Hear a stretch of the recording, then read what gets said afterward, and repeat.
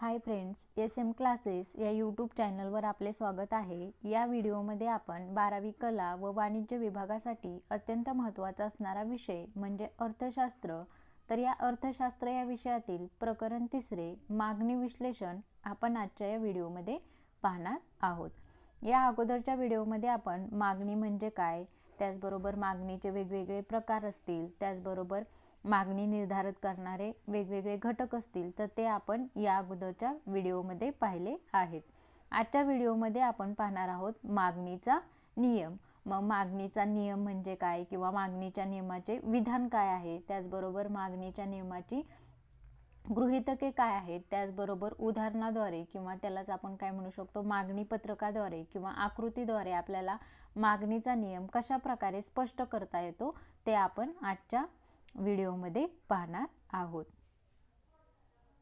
आता मागणीचा नियम पाहत असताना विचार केला मागणीच्या नियमाचा, तर मागणीचा नियम कोणी मांडला, तर आपण सांगू शकतो की हा जो काही मागणीचा नियम आहे, तर हा मागणीचा नियम सन 1890 मध्ये प्रकाशित झालेल्या अर्थशास्त्राची मूलतत्वे या ग्रंथात प्राध्यापक अल्फ्रेड मार्शल यांनी मागणीचा नियम मांडलेला आहे किंवा या मागणीच्या नियमाची मांडणी केली आहे। कोणी केली मागणीच्या नियमाची मांडणी, तर प्राध्यापक अल्फ्रेड मार्शल यांनी। आणि कधी केली, तर सन 1889 मध्ये प्रकाशित झालेल्या अर्थशास्त्राची मूलतत्वे या ग्रंथात काय केलेलं आहे, प्राध्यापक अल्फ्रेड मार्शल यांनी मागणीच्या नियमाची मांडणी केलेली आहे। या दोन गोष्टी महत्त्वाच्या आहेत, लक्षात ठेवा की मागणीचा जो काही नियम आहे, तर या नियमाची मांडणी कोणी केली, तर प्राध्यापक अल्फ्रेड मार्शल यांनी केली। आणि कधी केली, तर सन 1890 मध्ये प्रकाशित झालेल्या अर्थशास्त्राची मूलतत्वे या ग्रंथात काय केलेलं आहे, प्राध्यापक अल्फ्रेड मार्शल यांनी मागणीच्या नियमाची मांडणी केलेली आहे। आणि या नियमाद्वारे प्राध्यापक अल्फ्रेड मार्शल यांनी काय केलेलं आहे, किंमत व मागणी यामध्ये असणारा जो काही परस्पर संबंध आहे, तर तो परस्पर संबंध काय केलेला आहे, स्पष्ट केलेला आहे। म्हणजे हा जो काही मागणीचा नियम आहे, तर तो मागणीचा नियम काय करतो, जी काही किंमत असेल आणि मागणी असेल, तर यामध्ये असणारा जो काही परस्पर संबंध आहे, तर तो परस्पर संबंध कशाद्वारे स्पष्ट केलेला आहे, तर या मागणीच्या नियमाद्वारे स्पष्ट केलेला आहे। आता आपण मागणीचा नियम कोणी मांडला किंवा कशामध्ये मांडला किंवा मागणीच्या नियमामध्ये काय स्पष्ट केले आहे ते पाहिले। आता मागणीचा जो काही नियम आहे किंवा मागणीचा जो काही सिद्धांत आहे, तर या सिद्धांताचे जर विधान करायचे झालं किंवा हा जो काही मेन मागणीचा नियम आहे किंवा सिद्धांत आहे, तर तो सिद्धांत काय आहे ते आपण पाहू। तर प्राध्यापक अल्फ्रेड मार्शल यांच्या मते इतर परिस्थिती स्थिर असताना वस्तूची किंमत वाढली असता मागणी घटते आणि वस्तूची किंमत कमी झाली असता मागणी वाढते। तर हे काय आहे, या मागणीच्या नियमाचे किंवा सिद्धांताचे मुख्य विधान आहे। काय, इतर परिस्थिती स्थिर असताना वस्तूची किंमत वाढली असता मागणी घटते आणि वस्तूची किंमत कमी झाली असता मागणी वाढते। तर हे काय आहे, सिद्धांताचे विधान आहे। तेव्हा दुसऱ्या शब्दात जर सांगायचे झाले, तर आपण काय सांगू शकतो, तर इतर परिस्थिती कायम असताना वस्तूच्या किमतीत वाढ होते तेव्हा वस्तूच्या मागणीत घट होते आणि जेव्हा वस्तूच्या किमतीत घट होते तेव्हा वस्तूच्या मागणीत वाढ होते। म्हणजे हा जो काही मागणीचा नियम आहे किंवा मागणीचा सिद्धांत आहे, तर तो काय सांगतो, तर इतर परिस्थिती स्थिर आहे किंवा इतर परिस्थिती स्थिर असताना वस्तूच्या किमती वाढल्या की ऑटोमॅटिक काय होत असतं, वस्तूची जी काही मागणी आहे, तर ती मागणी कमी होते आणि वस्तूची किंमत कमी झाली तर जी काही मागणी असेल, तर ती मागणी काय होते, वाढते। तर हे काय सांगतो आपल्याला, मागणीचा नियम किंवा मागणीचा सिद्धांत सांगतो। मग हे जे काही मागणीचा नियम किंवा मागणीचा जो काही सिद्धांत आहे, की यावरून आपल्या काय लक्षात येतं, तर जी काही किंमत आहे आणि मागणी आहे, तर यामध्ये जो काही संबंध आहे, तर तो संबंध कसा आहे, तर व्यस्त स्वरूपाचा संबंध आहे, म्हणजेच परस्पर विरोधी संबंध आहे। म्हणजे आपण पाहिलं की किंमत वाढली मागणी कमी होते, किंमत कमी झाली मागणी वाढते. म्हणजे हा नियम काय सांगतो तर किंमत आणि मागणी यामध्ये असणारा जो काही संबंध आहे तर तो संबंध व्यस्त स्वरूपाचा आहे. म्हणजेच कसा आहे, किंमत आणि मागणीमध्ये असणारा जो काही संबंध आहे तर तो संबंध कसा आहे, परस्पर विरोधी आहे. तर हे काय सांगतो आपल्याला, मागणीचा नियम सांगतो किंवा मागणीचे हे काय आहे, मुख्य विधान आहे. काय, इतर परिस्थिती स्थिर असताना वस्तूची किंमत वाढली असता मागणी घटते आणि वस्तूची किंमत कमी झाली असता मागणी वाढते. तर हा काय आहे, मागणीचा नियम आहे किंवा मागणीचा सिद्धांत आहे किंवा मागणीच्या नियमाचे हे काय आहे, मुख्य विधान आहे. हे विधान काय करायचं, लक्षात ठेवायचं. अजून एकदा हे विधान आपण पाहू की इतर परिस्थिती स्थिर असताना वस्तूची किंमत वाढली असता मागणी घटते आणि वस्तूची किंमत कमी झाली असता मागणी वाढते. तर हा काय आहे, मागणीचा नियम आहे किंवा मागणीचा सिद्धांत आहे किंवा या सिद्धांताचं विधान आहे.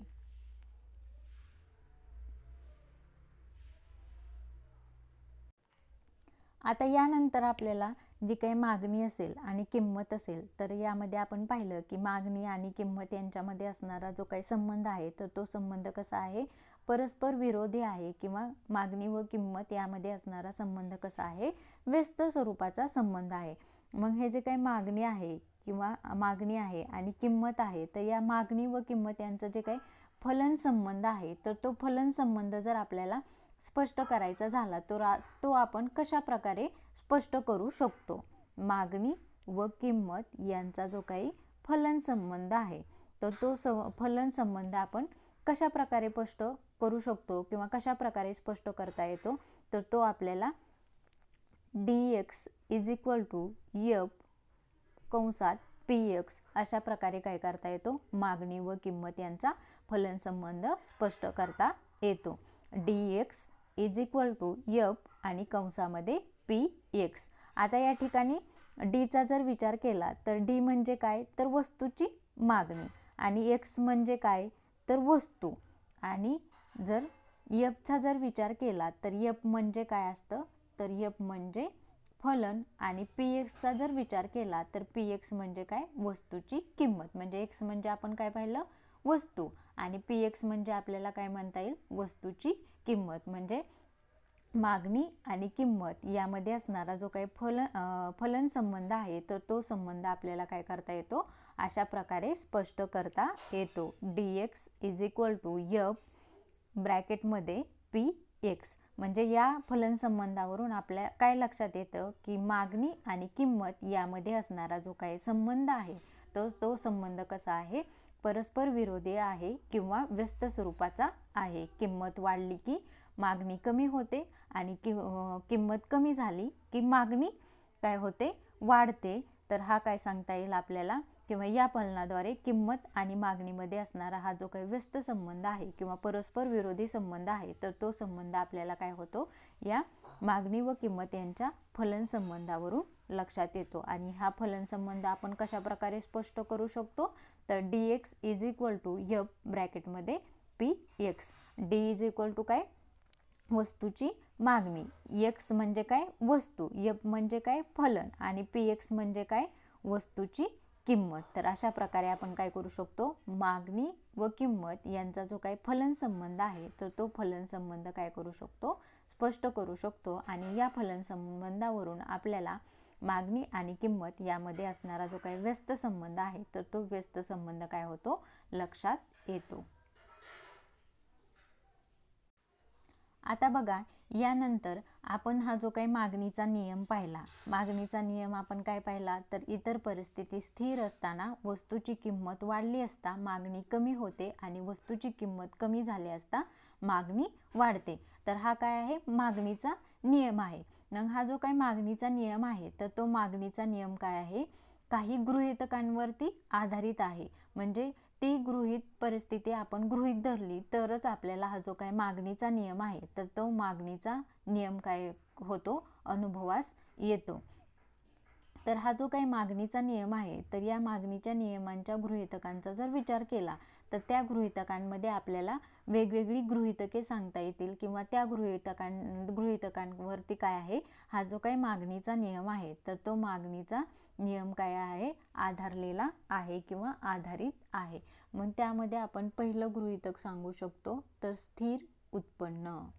आता जो काही उपभोक्ता आहे तर त्या उपभोक्त्याचं जे काही उत्पन्न आहे तर ते उत्पन्न स्थिर आहे असं काय केलेलं आहे, या मागणीच्या नियमामध्ये गृहीत धरलेलं आहे.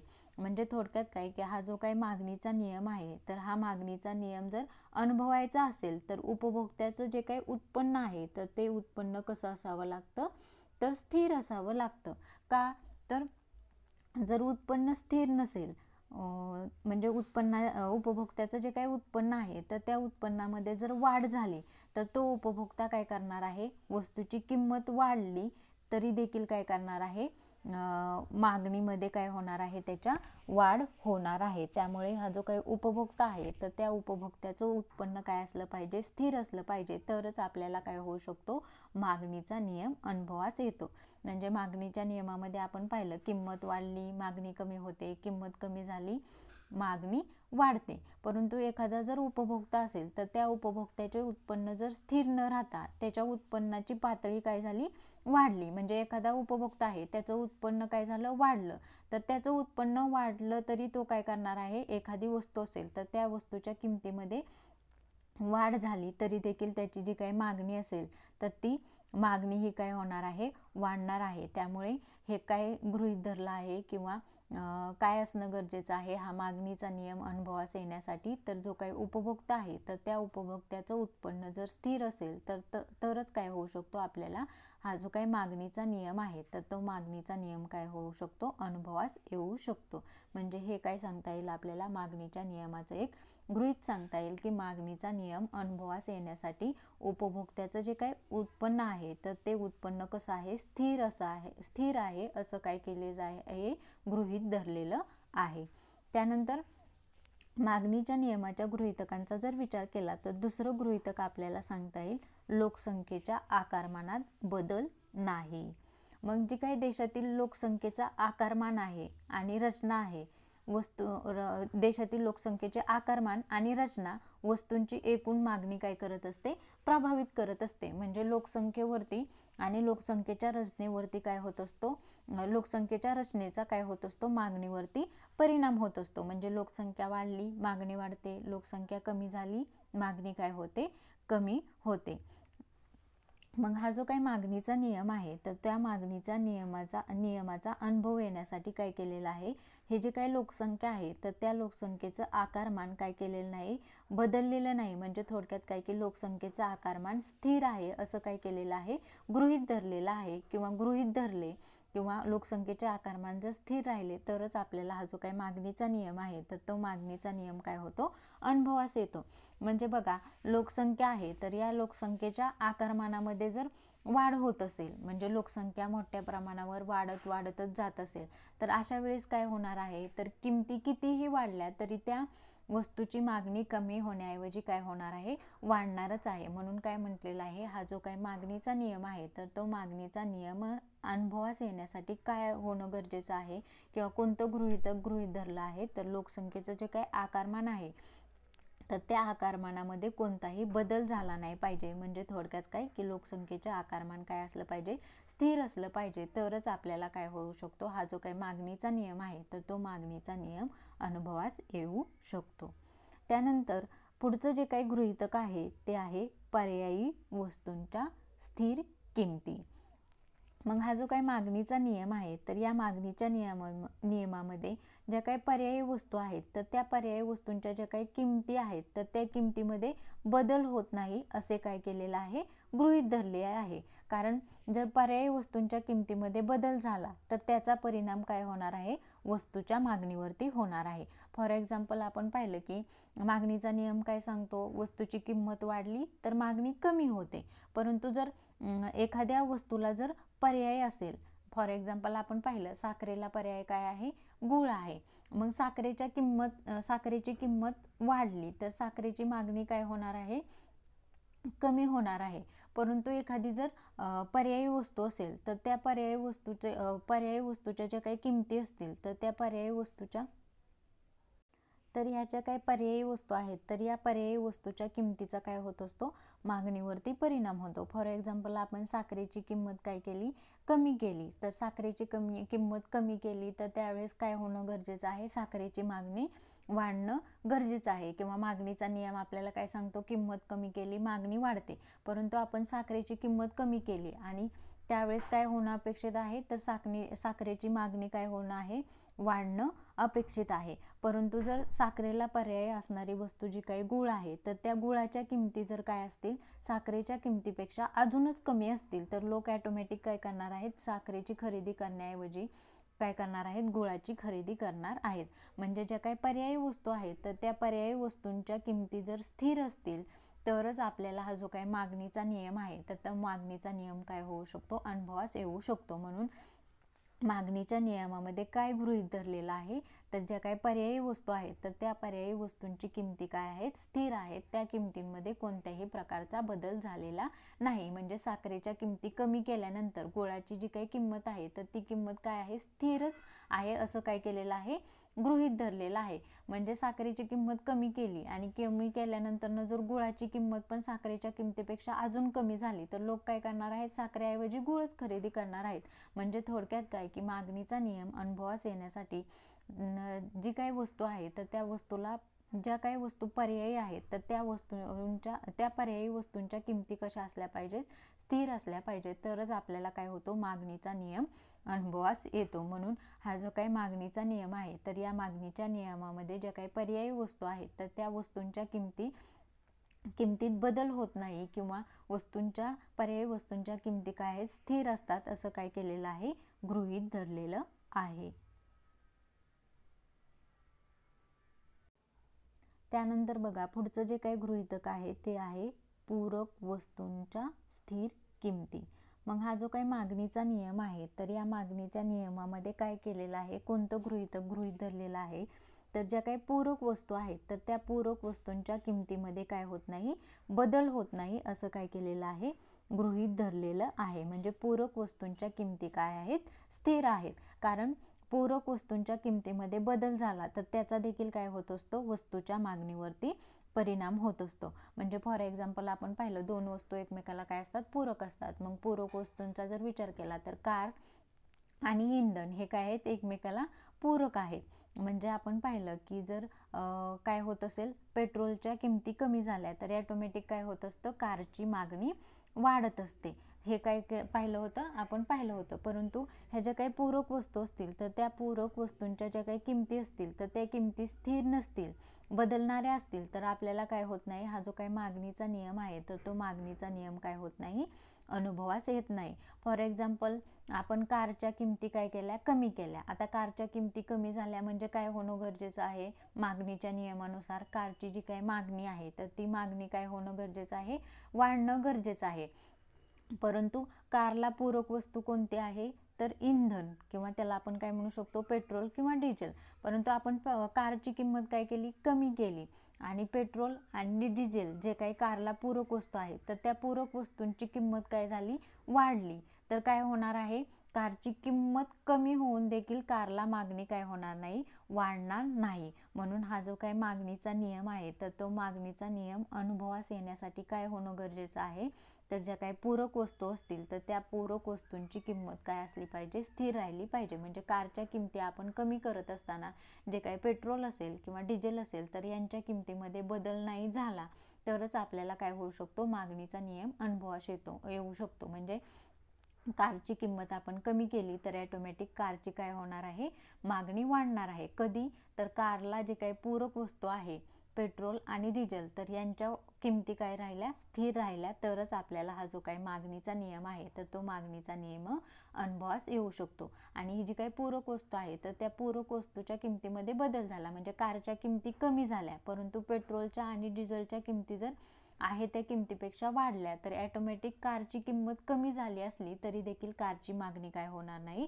वाढणार नाही. म्हणून ज्या काही पूरक वस्तू आहेत, तर त्या पूरक वस्तूंच्या ज्या काही किमती आहेत, तर त्या किमतीमध्ये कोणताही बदल होत नाही किंवा पूरक वस्तूंच्या किमती स्थिर असतात असं काय केलेलं आहे, या सिद्धांतामध्ये गृहीत धरलं आहे. तरच आपल्याला या सिद्धांताची काय होतं, सिद्धांताची अनुभूती येते किंवा हा सिद्धांत अनुभवता येतो.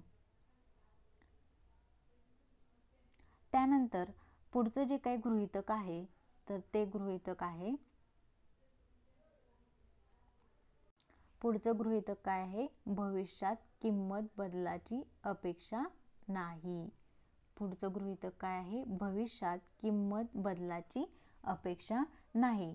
म्हणजे थोडक्यात काय की उपभोक्ता जो काही भविष्यकालीन अंदाज करत असतो किमतीविषयी, म्हणजे आपण पाहिलं की उपभोक्त्याला वाटलं की भविष्यामध्ये ह्या वस्तूची मागणी काय, ह्या वस्तूची किंमत काय होऊ शकते, अजूनच वाढू शकते, तर उपभोक्ता काय करत असतो, किंमत जास्त असताना देखील काय करत असतो, वस्तू मोठ्या प्रमाणावरती खरेदी करत असतो. आणि उपभोक्त्याला जर वाटलं की भविष्यामध्ये या वस्तूची किंमत काय होऊ शकते, कमी होऊ शकते, तर उपभोक्ता काय करू शकतो, किंमत कमी असताना देखील काय करत असतो, त्या वस्तूची जी काही मागणी असेल तर ती मागणी काय करतो, कमी प्रमाणामध्ये करतो.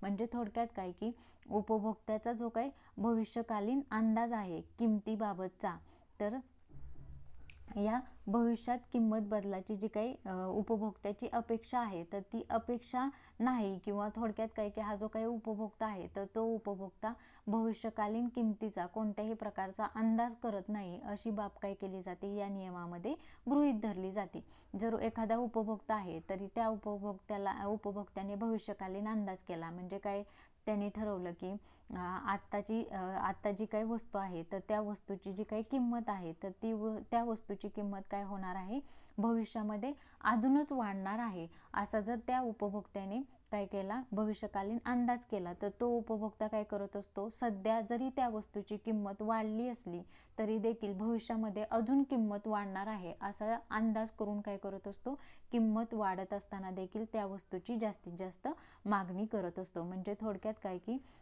उपभोक्त्याचा जो काही भविष्यकालीन अंदाज आहे किमतीबाबतचा, तर तो किमतीबाबतचा उपभोक्ता काय करत नाही, भविष्यकालीन अंदाज करत नाही, किंवा त्यालाच आपण काय म्हणू शकतो की भविष्यात किंमत बदलाची अपेक्षा नाही, ही बाब काय केली जाते, या नियमामध्ये, मागणीच्या नियमामध्ये गृहीत धरली जाते. आणि ही बाब गृहीत धरली तरच हा जो काही नियम आहे तर तो नियम आपल्यास काय होतो, अनुभवता येतो. त्यानंतर पुढचं जे काही गृहीतक आहे ते आहे, आवडीनिवडी, सवयी, प्राधान्य, फॅशन इत्यादीमध्ये बदल होत नाही.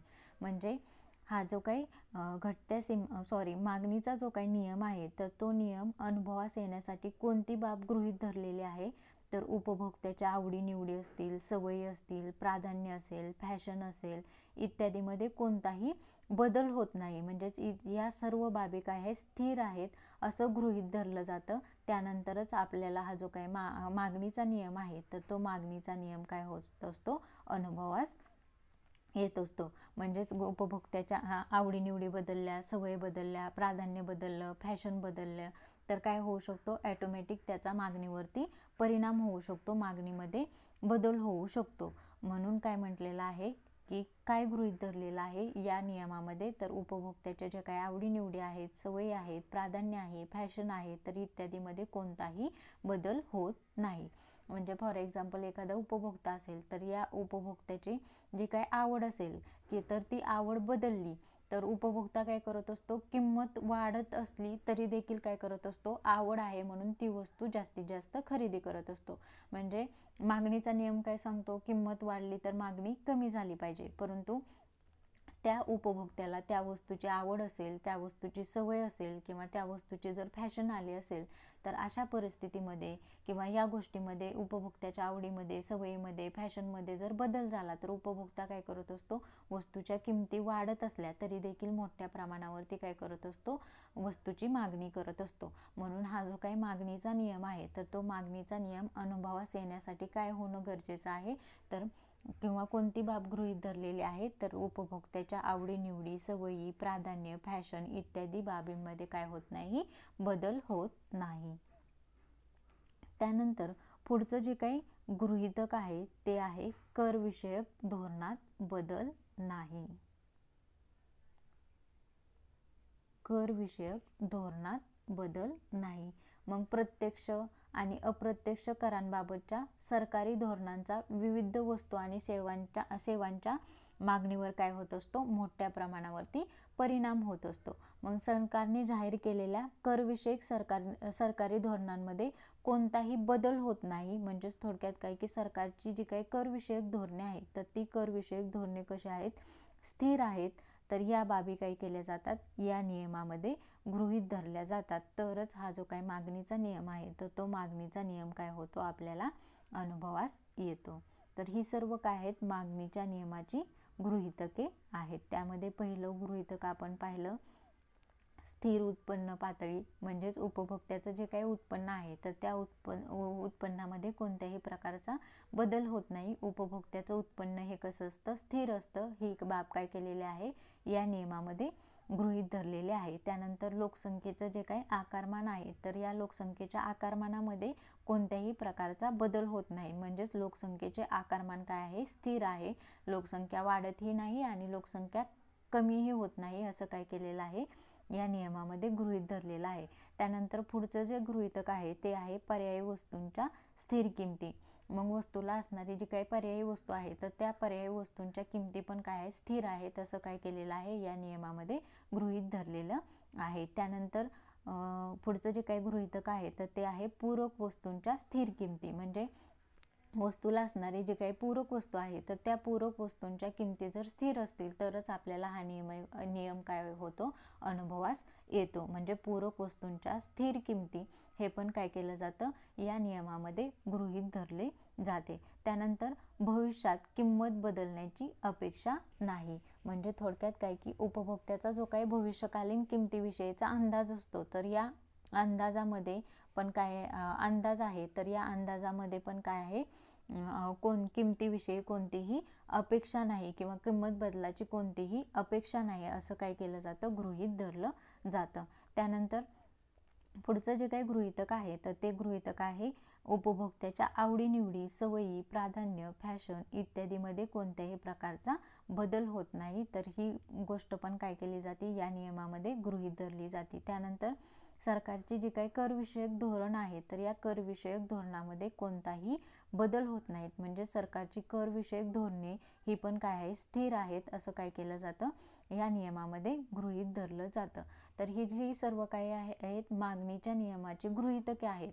तर ही गृहीतके काय केली, गृहीत धरली तरच आपल्याला काय होत असतो, मागणीच्या नियमाचा अनुभव येत असतो. किंवा मागणीचा नियम आहे जो की किंमत वाढली की मागणी कमी होते आणि किंमत कमी झाली की मागणी वाढते. तर हा जो काही मागणीचा नियम आहे तर हा मागणीचा नियम आपल्याला कधी अनुभवायला येतो किंवा कधी त्याची प्रचिती येते, तर ह्या सर्व बाबी काय केल्या आपण गृहीत धरल्या तरच आपल्याला काय करता येतो, हा जो काही मागणीचा नियम आहे तर तो मागणीच्या नियमाचा अनुभव येतो. म्हणजे हे सर्व बाबी काय केल्या जातात, मागणीच्या नियमामध्ये गृहीत धरल्या जातात.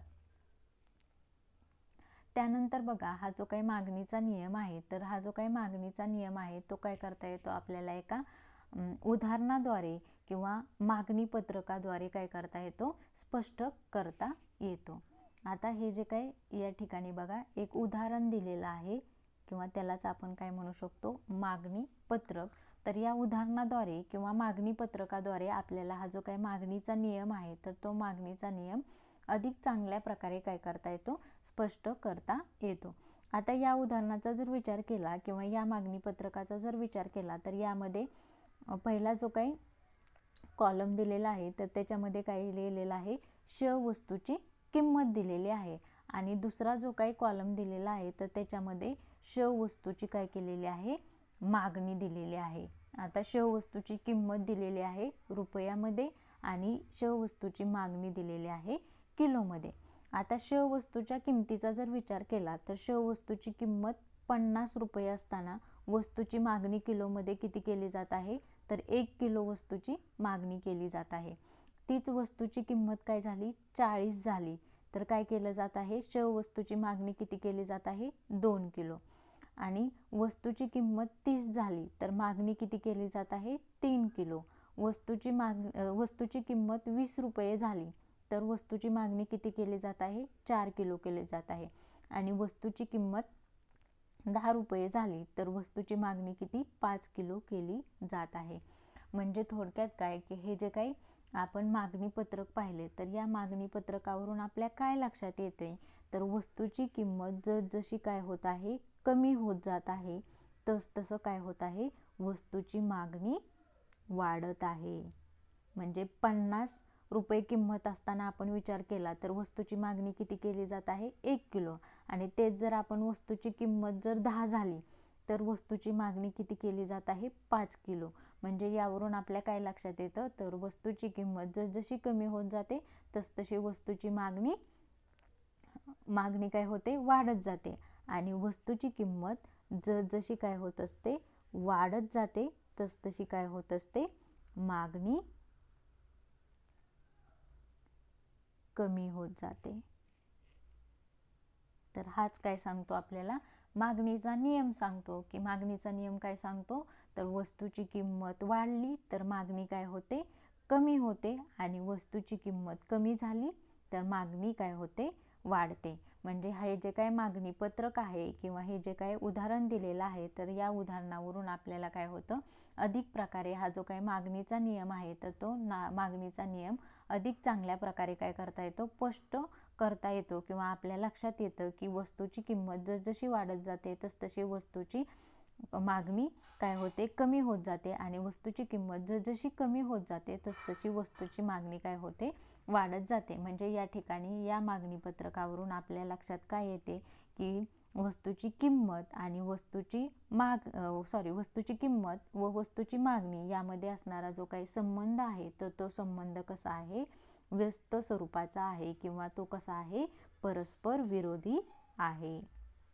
मागणी आणि किंमत यामध्ये असणारा जो काही संबंध आहे तर तो संबंध कसा आहे? व्यस्त स्वरूपाचा आहे किंवा परस्पर विरोधी आहे. हे काय होतं? आपल्याला या मागणी पत्रकावरून लक्षात येतं. त्यानंतर हा जो काही मागणीचा नियम आहे तर तो मागणीचा नियम काय करता येतो आपल्याला? हे जे काही मागणी वक्र आहे तर या मागणी वक्रावरून देखील काय होतं? अधिक चांगल्या प्रकारे स्पष्ट करता येतो. मग आता आपण पाहिलं, हा जो काही चार्ट पाहिला किंवा हे जे काही उदाहरण पाहिले तर हे उदाहरण पाहिले तर त्याच्यावरून आपल्याला काय करता येतील? मागणी वक्र काढता येईल. हा काय करता येईल? मागणी वक्र काढता येईल. मग या ठिकाणी बघा 2 अक्ष दिलेले आहेत, श अक्ष, आणि या ठिकाणी दिलेला आहे य अक्ष. श अक्षावरती काय केलेलं आहे? वस्तूंची मागणी दिलेली आहे किलोमध्ये. आणि य अक्षाचा जर विचार केला तर य अक्षावरती वस्तूची किंमत दिलेली आहे रुपयामध्ये. आता हे जे काही वरील उदाहरण आहे तर या उदाहरणामध्ये बघा दिलेलं आहे वस्तूंच्या किमती दिलेल्या आहेत आणि वस्तूंची काय दिलेली आहे? मागणी दिलेली आहे. मग आता वस्तूची किंमत 50 रुपये असताना मागणी किती केली जात आहे? 1 किलो. वस्तूची किंमत 40 असताना मागणी किती केली जात आहे? 2 किलो. वस्तूची किंमत 3 असताना मागणी किती 30 असताना मागणी किती केली जात आहे? 3 किलो. वस्तूची किंमत 20 असताना मागणी किती केली जात आहे? 4 किलो. आणि वस्तूची किंमत 5 असताना मागणी किती वस्तूची किंमत 10 असताना किती केली जात आहे मागणी? 5 किलो. तर हे जे काही सर्व बिंदू आहेत वस्तूची किंमत आणि वस्तूची त्या किमतीला असणारी मागणी, तर हे सर्व बिंदू काय केले? आपण काढून घेतले. आणि हे सर्व बिंदू काढून घेतल्यानंतर काय केलं आपण? हे जे काही सर्व बिंदू आहेत तर ते सर्व बिंदू काय केले? आपण काढून घेतले. आणि ते सर्व बिंदू आपण काय केले? जोडले. तर आपल्याला काय होतो? हा काय होतो? मागणी वक्र प्राप्त होतो. मग हा जो काही मागणी वक्र आहे तर या मागणी वक्रावरून पण आपल्या काय होतं? हा जे काही किंमत आणि मागणी यामध्ये असणारा जो काही संबंध आहे तर तो संबंध कसा आहे? व्यस्त स्वरूपाचा आहे किंवा परस्पर विरोधी आहे. हे काय होतं? लक्षात येतं. मग ही जे काय हा मागणी वक्र आहे तर या मागणी वक्राचा विचार केला तर हा जो काही मागणी वक्र आहे तर तो मागणी वक्र कसा आहे? डावीकडून उजवीकडे खाली जाणार आहे. म्हणजेच मागणी वक्राचा आकार कसा आहे? ऋणात्मक असतो. म्हणजे यावरून आपल्या काय लक्षात येतं की जी काही किंमत आहे किंवा मागणी आहे तर यामध्ये असणारा जो काही संबंध आहे तर तो संबंध कसा आहे? व्यस्त स्वरूपाचा आहे. म्हणजे हा मागणी वक्र काय आहे? डावीकडून उजवीकडे खाली येणार आहे. म्हणजेच कसा आहे? ऋणात्मक आहे. म्हणजे थोडक्यात काय की या मागणी वक्रावरून आपल्या काय लक्षात येतं की वस्तूची किंमत वाढली तर वस्तूची मागणी काय होते, कमी होते, आणि वस्तूची किंमत जर कमी झाली तर वस्तूची मागणी काय होते, वाढते. म्हणजे या मागणी वक्रावरून देखील आपल्याला काय स्पष्ट करता येतं, तर किंमत आणि मागणी यामध्ये असणारा जो काही संबंध आहे तर तो संबंध कसा आहे, व्यस्त आहे किंवा परस्पर विरोधी आहे. तर आपल्याला या उदाहरणाद्वारे किंवा मागणी पत्रकाद्वारे आणि मागणी वक्राद्वारे काय करता येतो, अशा प्रकारे हा जो काही मागणीचा नियम आहे तर तो मागणीचा नियम स्पष्ट करता येतो. तर आजच्या व्हिडिओमध्ये आपण हा जो काही मागणीचा नियम आहे तर तो मागणीचा नियम पाहिला. त्यामध्ये आपण मागणीचा नियम कोणी मांडला, त्याचबरोबर मागणीच्या नियमाचं जे काही उदाहरण आहे किंवा विधान आहे तर ते विधान पाहिलं. त्याचबरोबर मागणी व किंमत यांचं जे काही फलन संबंध आहे तर तो फलन संबंध कसा स्पष्ट केला जातो, तर dx = f ब्रॅकेटमध्ये px. त्यानंतर हे जे काही मागणीचा नियम आहे तर या मागणीच्या नियमाची जी काही वेगवेगळी गृहीतके आहेत तर ती गृहीतके काय केली आपण पाहिली. त्यानंतर हा जो काही मागणीचा नियम आहे तर ह्या मागणीचा नियम मागणी पत्रकाद्वारे किंवा मागणी वक्राद्वारे कशा प्रकारे स्पष्ट करता येतो ते आपण पाहिले. नंतरच्या व्हिडिओमध्ये आपण हा जो काही मागणीचा नियम आहे तर या मागणीच्या नियमाचे अपवाद कोणकोणते आहेत किंवा मागणीच्या नियमाच्या मर्यादा कोणकोणत्या आहेत ते पाहणार आहोत. व्हिडिओ आवडला असेल तर नक्कीच लाईक करा, सबस्क्राईब करा आणि नंतरच्या व्हिडिओचे नोटिफिकेशन मिळवण्यासाठी बेल आयकॉनवरती प्रेस करा. थँक्यू.